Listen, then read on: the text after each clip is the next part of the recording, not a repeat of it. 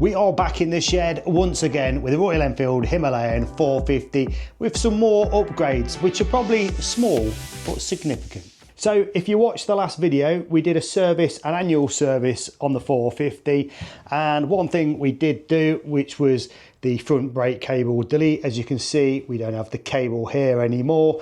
If you want to know about how to fit this, then go back, watch the other video, because there's a full installation on this.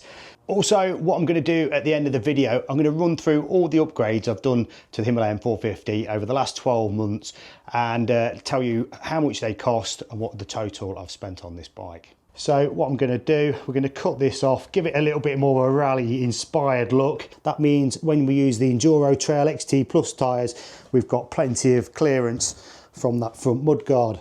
So whilst I was at the Auto Jumble the other week, I picked up a couple of these liquid chalk markers. Never heard of them before, but basically you can mark things and it will just wipe away pretty much like chalk once it's dried.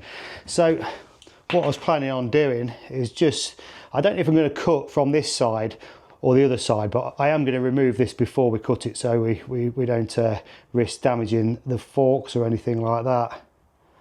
But we can just kind of follow that contour because it's not exactly straight on either side.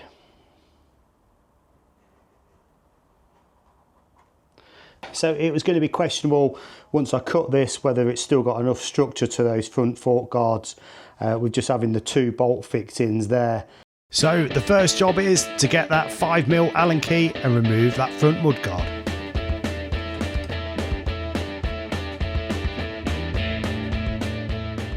What I'm going to do is just, well, my original plan was to go in with the Dremel, but there's not enough room there to get in there, to be honest, unless you drill it from the other side, which is going to be a little bit more tricky, I think. So I thought I'd just go in with the old grinder and just try and do it in kind of one hit.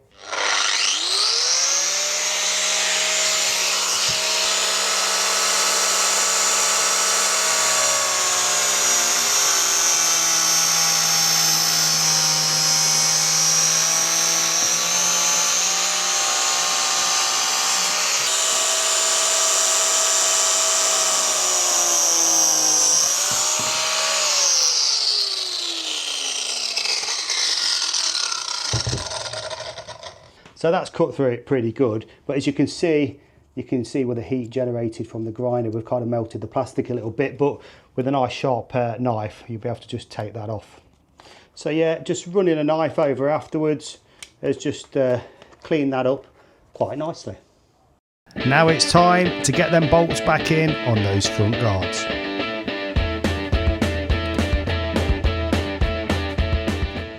So guys and girls, that looks so much better. I'm so glad I've done that now. It's really tidied up that front end, and yeah, I mean, again, they are still pretty robust there. I've just compared it to my Husqvarna 350 and they've got just as much movement on the top, but yeah, there was always that worry when you release that. So another upgrade for the Hemi 450 today is going to be the foot pegs, because I didn't realise how bad these really were until I started riding some of the other bikes recently, like the Touareg 660 Rally and the Yamaha Tenere 700. So I've decided to get some new pegs. I've decided to go for the pivot pegs. I was a little bit unsure about these. I've been searching the web for a little while and I really couldn't find anything that was going to be substantial. I wanted something big, I wanted something chunky, I wanted something with plenty of grip. So I've already fitted one of these pegs to the other side, and if I pop it next to that one there, you can perhaps see the difference. Quite a bit wider, a little bit longer, and certainly a lot more robust, and just by touch alone they are sharp. These are not cheap though. I kind of thought if I'm going to buy some, I'll get some decent ones. There's a lot of rubbish out there and that's what I didn't want. I've tried cheap pegs before, and again, buy cheap, buy twice. So I decided to go for them. The only thing I'm not sure about is the fact that they actually pivot. I wasn't too bothered about that, but when we go test ride the bike, I'll report back to see how good they are. So if I come around the other side of the bike, you can see the actual pegs there, And yeah, like I said, these are big, they're chunky, they're very well made. This company's been around for a long time, and as you can see, you've got a little bit of movement there. Might feel a bit strange to start with, but apparently when you're kind of sitting back on the bike or you're leaning forward, obviously the pegs rotate with your feet.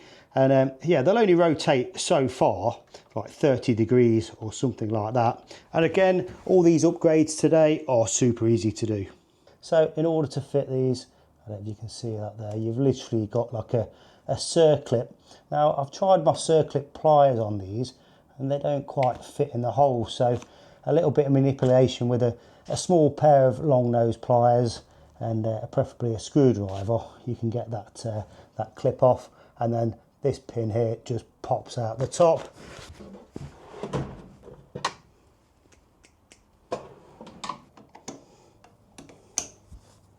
When you take the original pegs off, there's a little locating hole and you won't be using that again. So with the ones you get a laggy band attached around them just to kind of hold the spring in place. And again, I think what we're going to do is just pop a little bit of grease on this as well. So yeah, you can't go far wrong with these, to be honest. You literally just, I'll just show you with the camera there.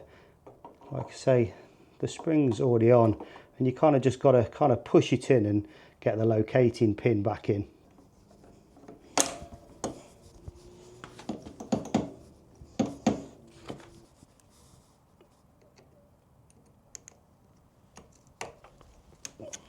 So there we go, the pegs are on and they are looking absolutely beautiful on the bike. So something else I've been meaning to get, and before I open the box, you know, when you first buy these bikes just over a year ago, you know, there's not a lot of accessories, so sometimes it's not worth rushing out to buy them.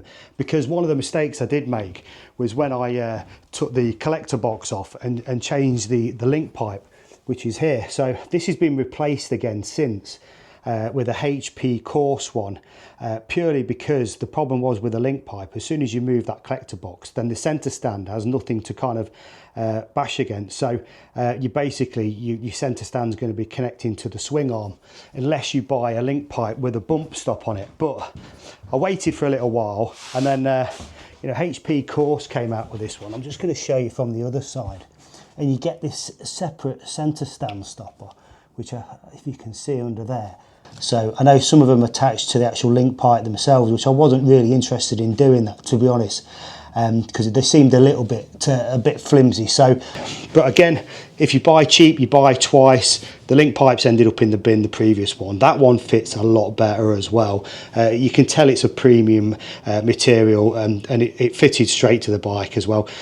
And the annoyance was when you take the bike off the centre stand, it keeps bashing on that swing arm. So now with that stopper in there, that has sorted that problem out. What we're going to fit now is the gear lever. So again, I've been meaning to get one of these. It has got the folding lever, whereas the stock one hasn't. I mean, these are all right. They tend to, you know, I've seen the bike get dropped lots of times when I've been out to India, and it just bends and you end up just bending it back. But I thought with this one, it just kind of eliminates it. It's a nice light material that feels really strong. So we need a 5mm Allen key for this one. It's another one of those upgrades that only takes a few minutes, and it's well worth it. Just make sure you get that alignment right on the gear lever. And a 10mm ratchet spanner just tightens that up nicely. So there we go. You can tell that is a quality piece gear lever along with those pegs. Now we've got that rally inspired front mudguard, and that's brake cable delete. I think we've about completed the look on the Himalayan 450, and the final upgrade for the day is in this box, and this one I think is going to be something special for the 450 as well. It's the brake and clutch levers. These are from Evatech, and Evatech makes some fantastic quality products. I've used them over the years for different bikes I've had, and I've never been disappointed. What I have been disappointed with is when I've tried to buy cheap levers that don't quite fit right. these are supposed to be absolutely bang on. So let's get them on the bike and take a look. Even the packaging is quality. I mean, the one thing Evotech do is package their bits up nice.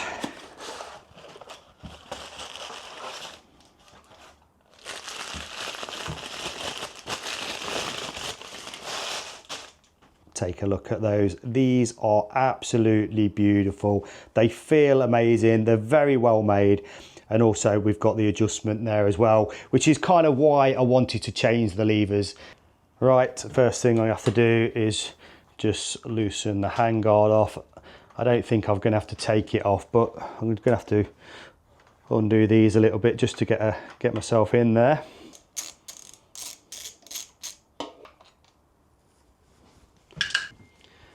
And then that just lets you get that little nipple out there.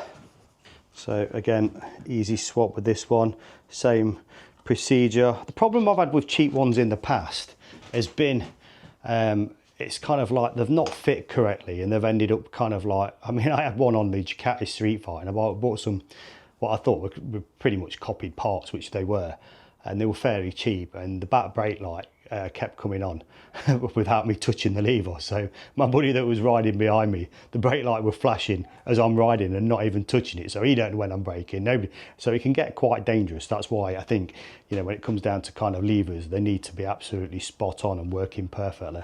So same procedure, that just slots in there, that goes back in there in the top.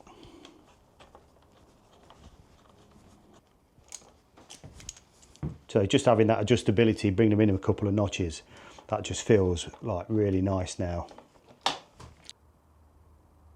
And also with the adjuster there, if you don't like that colour, I think they do about 3 different colours, like a gold, a black, maybe a silver one.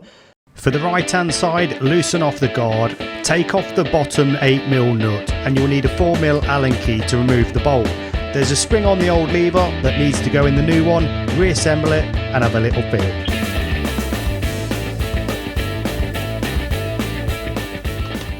So just been and got the keys, tested the brake lights there, because like I said, super important that you actually do test that as well before you head out. That seems to be working absolutely fine. Oh, they feel premium. And like I said, just adjusting them that small amount is just giving me a better feel and a better reach. Right, so that's the upgrades done for today. I'm just going to quickly run through the list I've done. I don't think I've missed anything off it. And yeah, we'll tell you what we've spent on the bike in the last 12 months. So we'll start with the pegs we've put on today. And like I said, these pegs weren't cheap, and we've still not tried and tested. So don't rush out and buy any just yet. They were quite expensive, but like I said, you get what you pay for sometimes. The pegs, including the VAT, was £192. That's probably a little bit more than what I wanted to spend on pegs. I thought what was a bargain was the gear lever. And like I said, that's the foldable one. We've still got to try it out, but that was £42. Next, we'll go with the brake and clutch levers. These are the Evotech ones, and they were £150 for the set. So the other thing I've bought is the HP Corse Mid pipe. We'd already done a decat on the bike and getting rid of that collector box, and you can see how it frees up that back end. It looks really nice, and the weight saving is quite good actually. But like I said, it wasn't good without the centre stand stopper, because the centre stand kept bashing on the swing arm. So that's a better upgrade. It's a better fit. That was £130. The touring screen, we did a separate video on this, and we came to the conclusion that it didn't actually make much of a difference. But the difference for me was it was protecting things like the sat nav. It sits nicely behind it. So I'm super happy with that. That was £85. So we've also got the side stand extender, which I was initially pleased with. I mean, it's quality made. It's £54. It gets the bike upright, because we know the problem with these bikes when they brought them out, that they lean too far over on that side stand. So getting on and off the bike was getting a little bit difficult. Having them more upright is perfect. The downside to that was, again, when you've got it on the centre stand, the actual side stand touches the swing arm. So I've ended up putting a little bit of rubber there just to protect the swing arm. When it's off the centre stand, it does sit nicely against the centre stand, so it doesn't cause a problem when the bike's actually off the stand, if you know what I mean. So the pannier racks, again, adding that bit of protection, not including the OS platform from Krieger, because we've got the luggage sat up there. I'm not including luggage into this video because everybody has a different perspective on luggage. So this is literally the pannier rack that sits each side. That was £92. The handguards, £70. Now, these are quite robust. I don't think they're as good as some other top name brands out there. One of the problems you do get when you fit these are the genuine Royal Enfield ones. These ones tend to sit a little bit too proud to this brake reservoir there as well. So what you have to do is kind of just lean this forward a bit so we can just get this bracket in. So it's a little bit of a poor design there. It was slightly out. So what happens is when you've got the stock mirrors on, it brings it forward a little bit too much. But having a set of foldable mirrors does sort that problem out. You can realign them. So the sat nav bracket, again, there's probably multiple options of these. At the time I was looking, this was the only one I could find. That was £48. So looking down the bike, we've got the tubeless rims. They're coming in at £441. Do you think that's expensive? Let me know in the comments below. I'm super pleased with them because it's freed up the tube rims for a bit of winter riding. We've got a bit more meat on the bone with those ones, so I can just swap them out.